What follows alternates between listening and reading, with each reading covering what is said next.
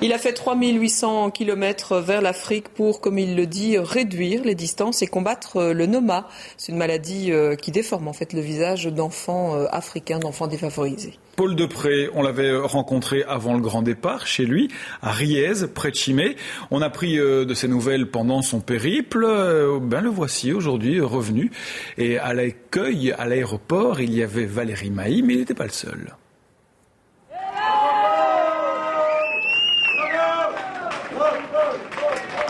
Ses frères, ses sœurs, ses enfants, ses amis, tous tenaient à être présents pour accueillir ce marcheur de retour d'Afrique. L'émotion est à la hauteur de son exploit, 3800 km à pied. C'était pas gagné d'avance.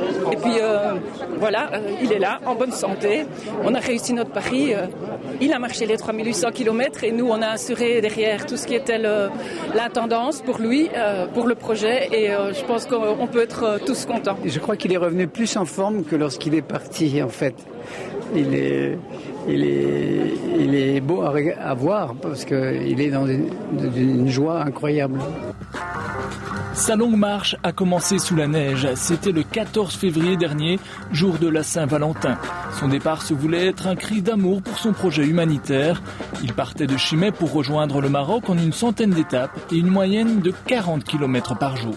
Chaque étape avait son type de difficulté, un peu différente, suivant que ce soit du relief, suivant que ce soit de la météo, suivant que ce soit de la distance, ou suivant que ce soit un problème physique ou que ce soit une difficulté plus psychologique liée principalement aux proches qui me contactaient pour un problème ou autre. Mais globalement, je n'ai eu aucun problème majeur. Vous n'avez pas eu envie une fois d'abandonner ? Ah non, ça jamais. Non, parce que sinon on ne part pas. Je pense qu'on m'a déjà posé la question de savoir si je n'avais pas eu envie de faire du stop ou de m'arrêter de reporter des étapes, mais je pense que si on a envie de faire du stop, il ne faut pas partir. Non, jamais. Ce qui motivait Paul à ce point, c'est son projet humanitaire. Par son action, il veut venir en aide aux enfants atteints du Noma. Il veut attirer l'attention des médias et du public vers cette maladie oubliée.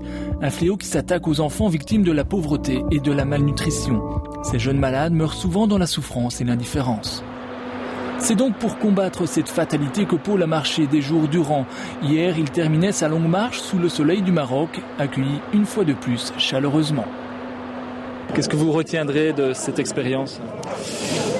Beaucoup de choses. En tout cas, la richesse de l'accueil que j'ai eu, ça c'est certain, que ce soit en France ou en Espagne, que ce soit par les Rotariens ou par les francs-maçons.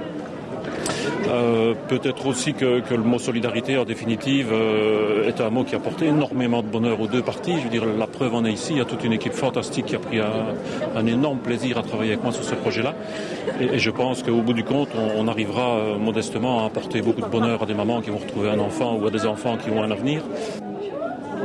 Aujourd'hui, Paul a terminé de marcher. Son projet humanitaire, lui, a encore du chemin à parcourir, mais il est sur la bonne voie. La marche de Paul a attiré de nombreux dons, grâce auxquels un nouveau dispensaire devrait voir le jour d'ici peu au Burkina Faso.